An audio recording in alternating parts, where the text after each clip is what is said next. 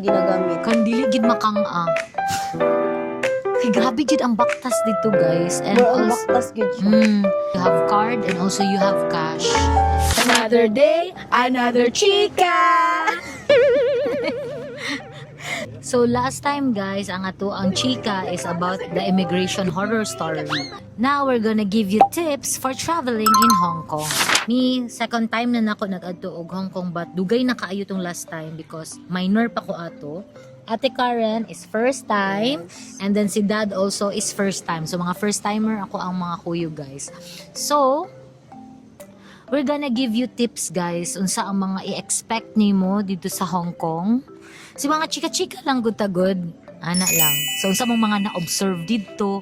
And by the way, guys, ang among Hong Kong trip is that Hong Kong and Macau. So we spent 1 day sa Macau and then 5 days sa Hong Kong. Number 1 tip, guys, is that kinahanglan complete ay muhang documents when traveling. Dapat ready ang imong passport, valid ID, return tickets, Imong and then itinerary naka-itinerary, sa imong whole vacation dito. whole stay nimo, and then kay hotel booking just in case pangitaon Pangitaon. siya sa immigration. And also if nakay sponsor sa imuha, dapat nakay sponsorship letter, COE, and kami is nag-prepare pud mig bank statement. Yes. Number 2 is that get an octopus card. So dito sa Hong Kong, Muna naa itong sila top ginagamit. card, guys. Naa siya top card.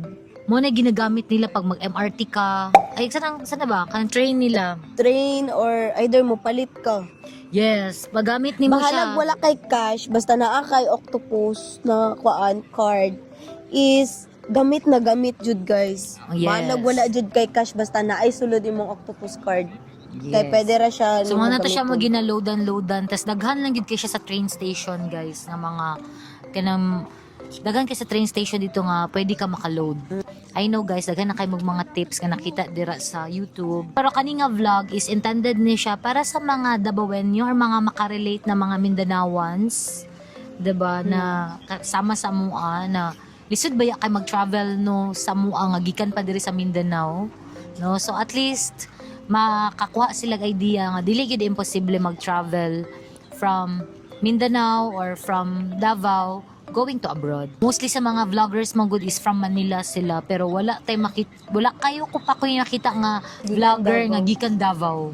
So mo na mo ang gusto ipakita, guys.